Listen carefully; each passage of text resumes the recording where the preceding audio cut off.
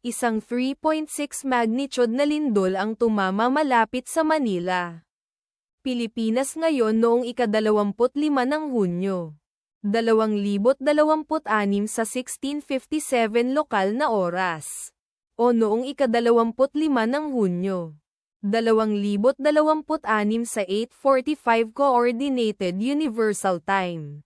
Tulad ng iniulat ng EMSC sa website nito, ang lindol ay matatagpuan sa mababaw na lalim na 12.0 na kilometro sa ibaba ng ibabaw. Sa mga coordinate latitude 7.31 at longitude 127.13. Ang eksaktong magnitude, epicenter at lalim ng lindol ay maaaring baguhin sa loob ng susunod na ilang oras o minuto habang sinusuri ng mga seismologist ang data, at pinipino ang kanilang mga kalkulasyon, o habang inilalabas ng ibang mga ahensya ang kanilang ulat.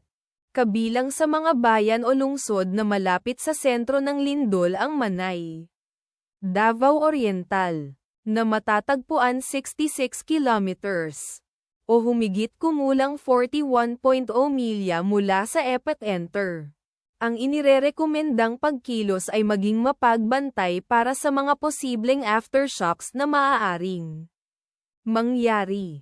Ang taya ng panahon para sa lugar na malapit sa sentro ng lindol ngayon ay inaasahang bahagyang maulap sa buong araw na may posibleng mga bagyo.